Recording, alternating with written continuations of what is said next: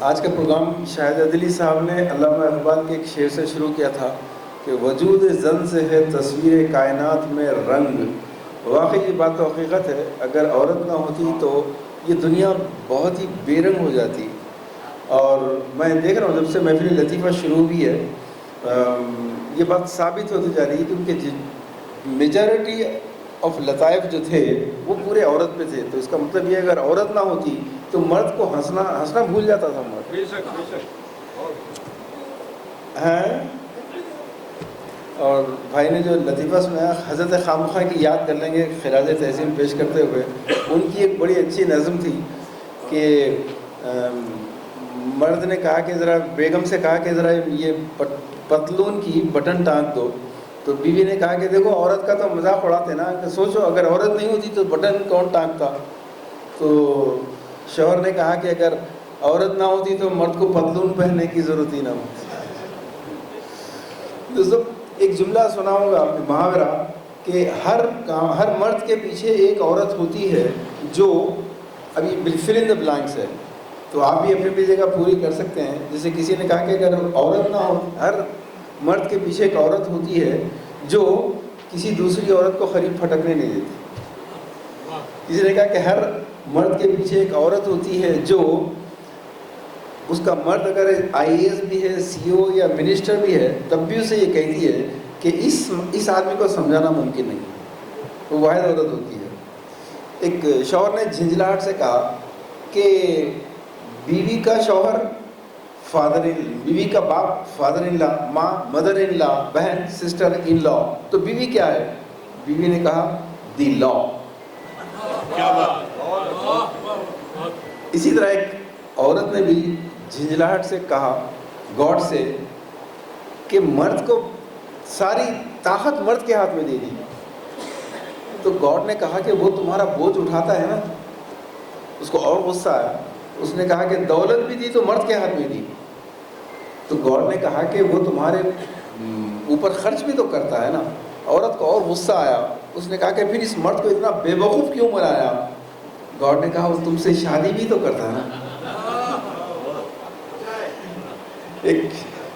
ایک شوہر ایک بیوی نے بڑے رومانٹک انداز میں شوہر سے کہا کہ تم بس مجھے کنگن دلا دو سونے کا، میں 7 جنم تک تمہاری داسی بن کے رہوں گی.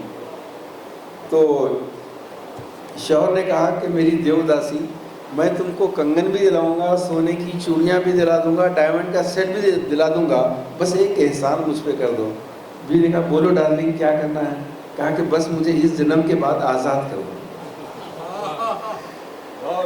ایک مولوی صاحب سجاد صاحب چلے گئے شاید ہے، ہاں وہ آپ کے مولوی پہ یاد آیا تھا اس وقت کہ ایک مولوی صاحب نے نظر جھکائے، حیا کے فضائل بیان کر رہے تھے کہ اگر کوئی اچھی خوبصورت عورت کو دیکھ کر اپنی نظر جھکا لے تو اللہ تعالیٰ قیامت میں اس کو جو حور دے گا وہ اتنی خوبصورت ہوگی، اتنی خوبصورت ہوگی، اتنی خوبصورت ہوگی جیسے کہ وہ اپنے بشیرہ کی بیوی ہے نا اس سے بھی زیادہ خوبصورت.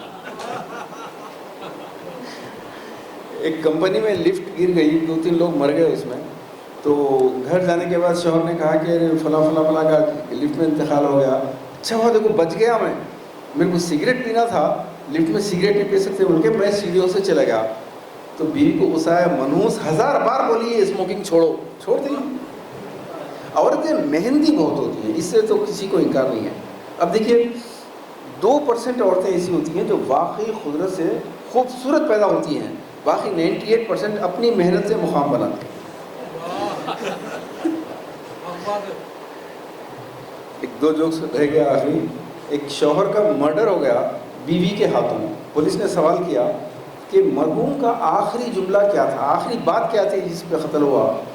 تو شوہر نے ان کی بیوی نے کہا، آخری بار انہوں نے کہا کہ شکیلہ ذرا میری اینک دینا.